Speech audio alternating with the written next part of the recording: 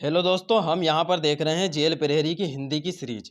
ठीक है, तो हमने इसके पहले लोड कर दी हैं। तो हम ये कर रहे हैं, पुराने प्रश्न पत्र का सॉल्यूशन यहाँ पर लेकर आए हैं, बिल्कुल सटीक, और किस प्रकार से हम आंसर तक पहुँच सकते थे। ठीक है, तो हिंदी के जो क्वेश्चन आते हैं वो वेरी सिंपल आते हैं ना।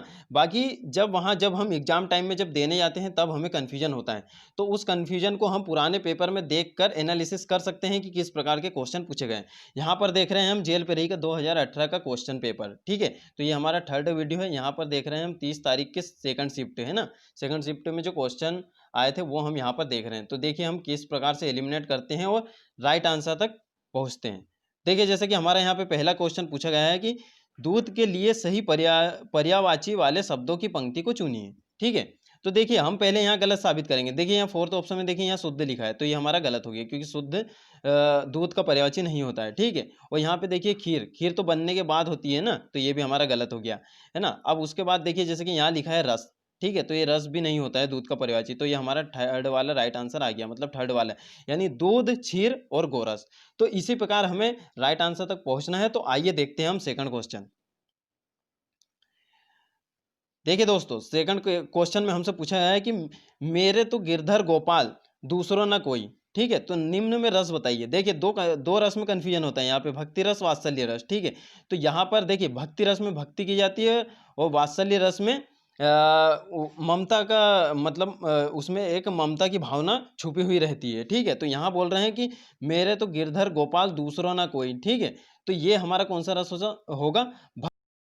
तो यहाँ पे भक्ति की बात हो रही, तो ये हमारा कौन सा रस होगा? भक्ति रस। ठीक है, तो इसी प्रकार हम जल्दी से सारे क्वेश्चन देख लेते हैं। देखिए शानदार क्वेश्चन पूछे जाते हैं जेएल परेरी में, ये हिंदी से रिलेटेड। ठीक है, आप आसानी से 20 में से 20 सही कर सकते हैं। देखिए जैसे यहाँ है, यहाँ पूछा गया है हमसे कि अंधेर मचना, है ना, अंधेर मचना मुहावरे का अर्थ विकल्पों में से कौन सा है, कौन सा सही है? ठीक है, तो इसका जो हमारा राइट आंसर होगा वो होगा कुव्यवस्था होना। देखिए अंधेर मचना यानी हम बोलते हैं ना कि अंधेर मचा के रखी है क्या, जैसे कहीं भ्रष्टाचार हो रहा है, कहीं अगर पैसे नहीं लग रहे हैं, और वहाँ पे यदि कोई व्यक्ति अगर हमसे पैसे लेता है तो हम क्या बोलते हैं कि अंधेर मचा के रखी है क्या। ठीक है, तो इसका क्या होता है? कुव्यवस्था होना, यानी कोई व्यवस्था ही नहीं है, किस प्रकार से पैसा लेना है, किस प्रकार से फॉर्म सबमिट करना है, ऐसी कोई व्यवस्था ही नहीं हो, तो उसे बोलते हैं अंधेर मचना, है ना। ठीक है, तो ये मुहावरे आपको पता होना चाहिए। तो इसी प्रकार देखते हैं हम अगला क्वेश्चन। देखिए जैसे कि ये वाले क्वेश्चन में हमसे पूछा गया है कि आप प्रत्यय से बना शब्द कौन सा है। देखिए प्रत्यय हमेशा कहाँ लगते हैं? पीछे लगते हैं, तो डायरेक्ट हम पीछे देखेंगे। देखिए यहाँ लिखा है आपा।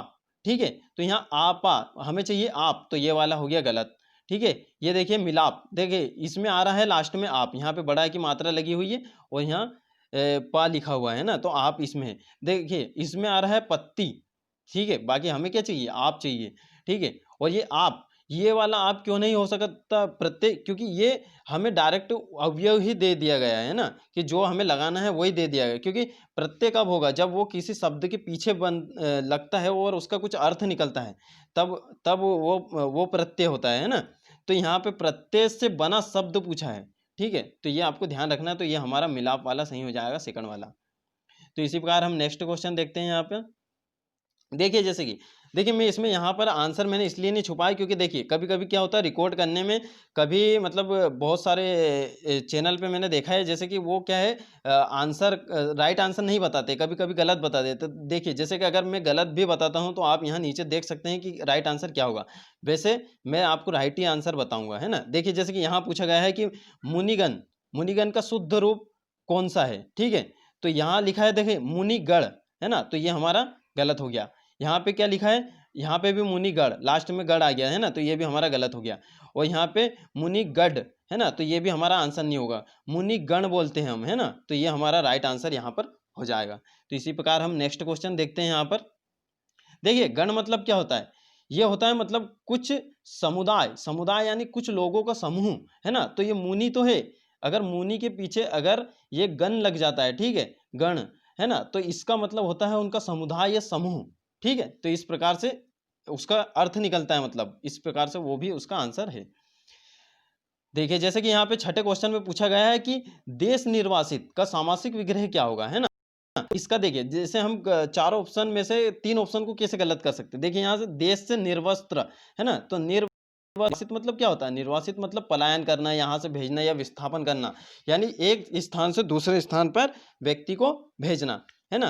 तो निर्वस्त्र, तो ये तो हमारा गलत ही हो गया, है ना? देश से निर्वासित, ये हमारा अभी राइट हो सकता है। देखिए, देश के लिए शासन, शासन की तो कोई चर्चा ही नहीं हो रही है यहाँ पर, है ना? तो ये तो वैसे ही गलत हो गया। और देश में शासन, शासन की तो कुछ बात ही नहीं हो रही, तो हमारा सेकंड वाला राइट आंसर हो जाएगा।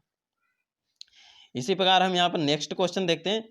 देखिए, हिंदी में आपको मतलब इतना ज़्यादा कोई उलझाने का काम नहीं रहेगा। यदि आपने 20 में से अगर 19 भी सही निकाले और सामने वाले ने 20 में से 20 सही निकाले, तो वो आपसे 1 नंबर आगे है, ठीक है? तो आप पूरी कोशिश करिएगा कि हिंदी में हमारे 20 में से 20 ही सही हो, है ना? देखिए, देवता के लिए सही पर्यायवाची शब्दों की पंक्ति को चुनिए, ठीक है? देखिए, यहाँ ये फर्स्ट वाले ऑप्शन में देखिए, यहाँ लिखा है दवे, ठीक है? तो दवे का कोई उच्चारण नहीं होता है, कुछ अर्थ नहीं होता है ना? तो अभी सेकंड देखिए, यहाँ सुर, अजर, देव, ठीक है? तो ये हमारा अभी राइट हो सकता है। अभी देखिए, हम दूसरा कैसे एलिमिनेट करते हैं यहाँ पर। देखिए, थर्ड क्वेश्चन में यहाँ देखिए, यहाँ अजार, अजार का कोई अर्थ नहीं होता है, ठीक है? और यहाँ लिखा है विबुद्ध, विबुध, तो इसका भी कोई देवता का कोई ये पर्यायवाची नहीं है ना? तो हमारा कौन सा राइट हो जाएगा? सेकंड वाला, सुर, अजर, देव, ठीक है? तो इसी प्रकार हम नेक्स्ट क्वेश्चन देखते हैं यहाँ पर। देखिए, जैसे कि ये वाला क्वेश्चन यहाँ पर हमसे पूछा गया था कि राह खर्च का सामासिक विग्रह क्या होगा, ठीक है? तो राह खर्च, ठीक है? देखिए, जैसे कि यहाँ पर देखिए, रहने के लिए खर्च, ठीक है? तो वो कुछ रहने की बात नहीं हो रही। राह मतलब क्या होता है? राह मतलब होता है मार्ग, है ना? मार्ग, रास्ता। तो यहाँ पे रहने की बात थोड़ी ना हो रही है, तो ये हमारा गलत हो जाएगा। राह के लिए खर्च, ठीक है? तो ये हमारा राइट देखिए, यहाँ पर ये क्यों गलत होगा? क्योंकि यहाँ लिखा है सर्च, है ना? तो ऐसे ही उलझाते हैं हमें क्वेश्चन में। सिंपल क्वेश्चन बहुत सिंपल आते हैं, बस हमें क्या होता है, बस इस प्रकार से उलझाया जाता है। अब देखिए, ये थर्ड वाला हमारा राइट हो सकता है, राह के लिए खर्च, है ना? अब देखिए, रहने के लिए, तो रहने के लिए तो कोई बात ही नहीं हो रही, तो हमारा कौन सा हो जाएगा? थर्ड वाला राइट आंसर हो जाएगा। तो इस प्रकार से आपको राइट आंसर तक पहुंचना है। देखिए, ऐसा नहीं आप डायरेक्ट सही आंसर देखोगे तो सही आंसर आपको नहीं मिलेगा। आपको पहले 3 ऑप्शन को गलत साबित करना होगा, और कभी क्या होता है, 2 ही ऑप्शन गलत साबित होते हैं, तो उनमें भी आपका 50% चांस होता है कि आपके राइट आंसर निकलेंगे ही, है ना? तो इस प्रकार से आपको पेपर को सोल्व करना है। देखिए, जैसे कि यहाँ पे पूछा गया था श्राप, श्राप का शुद्ध कौन सा होगा? इसमें से शुद्ध रूप पूछा है। देखिए, साप, साप का तो कोई अलग ही अर्थ होता है ना, तो ये नहीं होगा। श्राप, श्राप देना एक अलग ही चीज होती है। देखिए, जैसे कि यहाँ पे साप, है ना? साप अभिशासित, ऐसा आपने एक दोहा वगैरह पढ़ा होगा, है ना? यहाँ पे शराब, तो ये इसका कोई अर्थ नहीं निकलता, और ये सांप, इसका भी कोई अर्थ नहीं है, तो हमारा सेकंड वाला ये राइट आंसर हो जाएगा। तो इसी प्रकार देखिए, हम यहाँ पे 10वां क्वेश्चन देखते हैं। यहाँ पर यहाँ पूछा गया है कि जिसे सरलता से पढ़ा जा सके। देखिए, आप पेपर देखोगे, जैसे कि मैंने अभी तक पिछले 2 पेपर करवाए हैं, तो एक शब्द, अनेक शब्दों के लिए एक शब्द का 1 क्वेश्चन आया है, अलंकार से 2 क्वेश्चन आए हैं, रस से भी 2 क्वेश्चन आए हैं। तो इस प्रकार आप एनालिसिस करिए कि किस किस टॉपिक से कितने प्रश्न आ रहे हैं, है ना? तो काल, काल, वाच्य वगैरह ये आपको पढ़ने की आवश्यकता नहीं है। वो पूछ रहा है सिर्फ अनेक शब्दों में एक शब्द, मुहावरे, रस, अलंकार, है ना? संधि, समास और प्रत्यय, उपसर्ग, बस इन्हीं पे फोकस कीजिए, क्योंकि वो जिस टाइप से पूछ रहा है तो उसी पे हमें फोकस करना है। देखिए, यहाँ पूछा गया था कि जिसे सरलता से पढ़ा जा सके, तो इसके लिए कौन सा शब्द होगा? तो देखिए, सुवास, सुवास इसका ये नहीं होगा, सुवाच्य भी नहीं होगा, है ना? क्योंकि यहाँ जिसे सरलता से पढ़ने की बात हो रही है ना, तो सुपाठ्य, देखिए यहाँ ट लिखा है, तो ये भी हमारा रॉन्ग हो जाएगा। तो हमारा राइट आंसर कौन सा हो जाएगा? 4th वाला, सुपाठ्य, है ना? सु मतलब होता है सही, है ना, या सरलता से। इसी प्रकार हम यहाँ पे नेक्स्ट क्वेश्चन देखते हैं। यहाँ पर देखिए, हम जल्दी से क्वेश्चन कर लेते हैं, ज़्यादा किसी का टाइम नहीं लेते हैं, है ना? सभी के लिए टाइम बहुत कीमती है। देखिए, जैसे कि ये क्वेश्चन में हमसे पूछा गया है कि सबको एक साथ देखने वाला निम्न में से कौन सा है ना? एक शब्द कौन सा है? देखिए, यहाँ पर 2 क्वेश्चन आ गए हैं, अनेक शब्दों के लिए एक शब्द, है ना? सबको एक साथ देखने वाला, देखिए सामदर्शी, ठीक है? तो ये हमारा राइट आंसर नहीं होगा। ये समदर्शी यानी सबको समान रूप से देखने वाला है, इसका भी मतलब अर्थ निकल रहा है। देखिए, समानी, समानी नहीं होगा, क्योंकि इसमें देखने के लिए दर्शन का तो प्रयोग हुआ ही नहीं है ना। तो ये देखिए, जैसे कि हमारा इसका क्या होगा राइट आंसर, देख लिए, ये समान भी नहीं होगा, ठीक है? तो हमारा जो इसका राइट आंसर होगा, देखिए ये सेकंड वाला ही होगा, है ना? समदर्शी यानी सबको समान रूप से देखने वाला, समान की तो इसमें कोई चर्चा ही नहीं है, ठीक है? तो इसी प्रकार हमारा नेक्स्ट क्वेश्चन हम देखते हैं यहाँ पर। देखिए, जैसे कि यहाँ मैंने अभी बताया था उपसर्ग, अभी ऊपर वाले क्वेश्चन में क्या आया था, दूसरे या तीसरे क्वेश्चन में, उसमें पूछा गया था प्रत्यय, यहाँ पूछा है उपसर्ग, ठीक है? देखिए, ये वाला ऑप्शन हमारा थोड़ा छूट गया है। देखिए, आप यहाँ पे पूछा है प्रति। देखिए ये तो हम वैसे ही गलत कर सकते हैं ना, ये आगे लगता है। तो देखिए यहाँ पे प्रीति ये गलत, प्राति ये गलत, ये भी गलत है ना, क्योंकि हमें सेम टू सेम ऐसा चाहिए। तो ये ऐसा कहाँ पर है? फोर्थ वाले में। तो ये हमारा राइट आंसर हो जाएगा। तो इस प्रकार से आपको पहचानना है। देखिए आप सोचोगे कि हिंदी में मेरे 20 में से 20 सही निकलेंगे तो मतलब मेरा एग्जाम क्लियर हो जाएगा, ऐसा नहीं है। सबको हिंदी आती है, सबको बराबर आती है, बस हमें ये मिस्टेक नहीं करना है कि हमारी 20 में से एक भी गलत हो जाए, ठीक है? अगर एक भी गलत हुआ तो समझिए कि हमें वो नंबर आगे के सब्जेक्ट में काउंट करना होगा, या फिर उसमें हमें उसे मतलब कि जोड़ना होगा कि हाँ, इसमें हमारे अगर 18 सही निकल रहा है तो 19 सही निकालना है ना? तो इस प्रकार से हमें देखना है। देखिए जैसे यहाँ पूछा गया है कि संलग्न, है ना? तो इसका संधि विच्छेद पूछा है। देखिए यहाँ पे देखिए जैसे कि ये बिंदी लगी है ना, तो ये कैसा आएगा? माँ, और आधा माँ लिखने के लिए हम नीचे लगाते हैं हलंत, तो हम डायरेक्ट हलंत वाला देखते हैं। इनमें भी हलंत नहीं लगा, इसमें भी नहीं लगा। देखिए माँ के नीचे हलंत नहीं लगा। अब देखिए यहाँ लगन है, तो ये हमारा गलत, क्योंकि हमें चाहिए लग्न, है ना? लग्न अलग होता है, लगन अलग होता है। तो देखिए इनको संधि विच्छेद करेंगे तो सम प्लस लग्न, तो ये फोर्थ वाला हमारा इसका राइट आंसर हो जाएगा। इसी प्रकार हम नेक्स्ट क्वेश्चन देखते हैं। देखिए यहाँ पूछा गया है कि ऐच्छिक, ऐच्छिक का निम्न में से कौन सा सही विलोम शब्द होगा? देखिए यहाँ पे विलोम, विलोम, पर्यायवाची। अब आपको पता चल गया होगा कि हिंदी में किस टाइप के क्वेश्चन पूछे जा रहे हैं। अभी हिंदी को कई लोग सोच रहे होंगे कि यार कैसे तैयारी करें, क्या करें, इसमें क्या पढ़े, है ना? तो कुछ नहीं है, पुराने ओल्ड पेपर देखो, उसी के आधार पर अपनी तैयारी करो। अगर 20 में से 20 सही न निकल जाए तो फिर कहना, है ना? देखिए जैसे कि यहाँ ऐच्छिक पूछा है, तो इसका विलोम पूछा है। तो देखिए ऐच्छिक का विलोम क्या होता है? डायरेक्ट पहले सिंपल सोचिए, तो ऐच्छिक का विलोम होता अनैच्छिक, ठीक है? तो देखिए यहाँ पे अनिच्छिक लिखा है, तो ये हमारा गलत है ना। यहाँ अनैच्छिका लिखा है, तो ये भी हमारा गलत। देखिए थर्ड वाला हमारा राइट होगा, अनैच्छिक। अब ये फोर्थ वाला क्यों रॉन्ग होगा? क्योंकि यहाँ पे चार दो बार दे दिया गया है, ठीक है? तो इस प्रकार से हमें राइट आंसर तक पहुंचना है।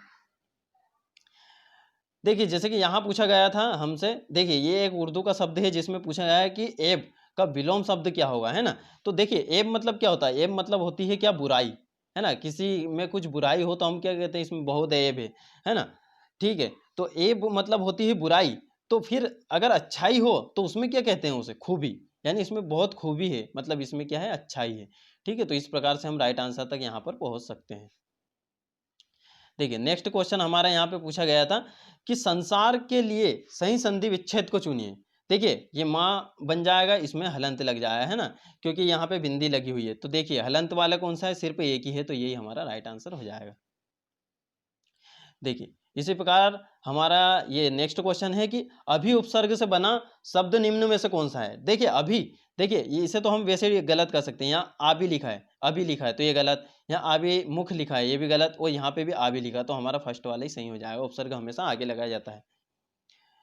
तो उसी प्रकार देखिए यहाँ पे हमारा 18वां प्रश्न है, इसमें कि नील परिधान बीच सुकुमार। देखिए सुकुमार को अभी हेड लिस्ट में रखिए। खुल रहा मृदुल अध खुला अंग, है ना? और खिला हो ज्यो बिजली का फूल मेघ बन बीच गुलाबी रंग। देखिए यहां हम इस अलंकार को कैसे पहचानेंगे? देखिए जहां पर क्या होता है? जहां पर किसी वस्तु को सम्मानित रूप से देखा जाता है। देखिए जैसे कि सुकुमार को क्या कह रहा है? वो नील परिधान बीच, ठीक है, रहा मृदुल अध खुला अंग, और क्या कह रहा है कि खुला हो जो बिजली का फूल, मतलब उसके बिजली के फूल, नील परिधान, इससे क्या कर रहे हैं? उसकी तुलना कर रहे हैं। मतलब तुलना नहीं कहते हैं कि मतलब इससे उसको सम्मानित कर रहे हैं कि ये ऐसा है ना? तो देखिए जहां पे भी सम्मान की बात हो, है ना, तो ये उपमेय और उपमान, उपमेय में उपमान की संभावना की जाए तो वहां उत्प्रेक्षा अलंकार होता है। कौन सा अलंकार होता है? उत्प्रेक्षा अलंकार, ठीक है?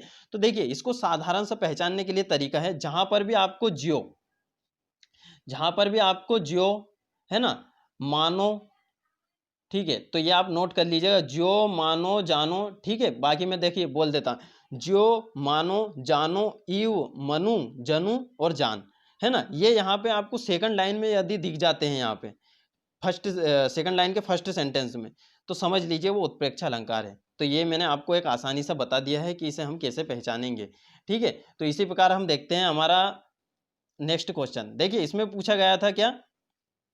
इस वाले क्वेश्चन में पूछा गया था कि मन मन पछतेवे अवसर बीते, है ना, दुर्लभ देय पाय हरिपद भजूं, करम वचन अरुहिते, और सहस बाहु दस बदन आदि नृप, बचे न काल बलि तो, है ना? निम्न में से कौन सा रस है? ठीक है, यहाँ पूछा है हमसे कौन सा?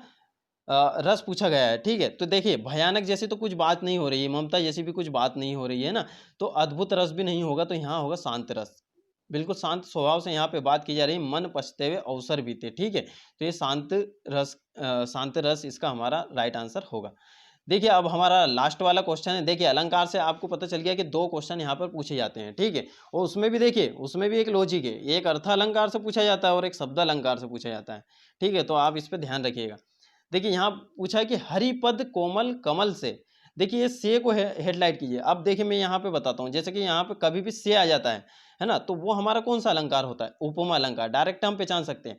और इसकी एक और पहचान है, जैसे हरिपद कोमल कमल से, जब जब किसी व्यक्ति या वस्तु की तुलना किसी दूसरे व्यक्ति या वस्तु से की जाती है, देखिए जैसे कि हरिपद कोमल कमल से, ठीक है? तो यहाँ तुलना की जाती है, तो वो कौन-सा होता है हमारा? उपमा अलंकार। ठीक है? तो इससे भी पहचान सकते हैं आप जहाँ पे से लिखा हो, ठीक है? देखिए इसके और भी पहचानने के तरीके जैसे सम, सा, सी, से, तरह, समान, है ना? तो इस प्रकार के शब्द आते हैं तो वो कौन-सा होता है हमारा? उपमा अलंकार। तो 2 तरीके से पहचानने का अर्थ रहता है मतलब यहाँ अलंकार में।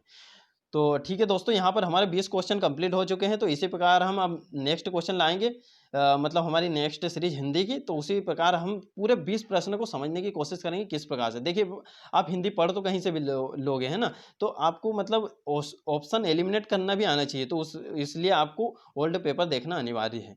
तो इसी प्रकार हम मिलते हैं नेक्स्ट वीडियो में, तब तक के लिए बने रहिए चैनल के साथ।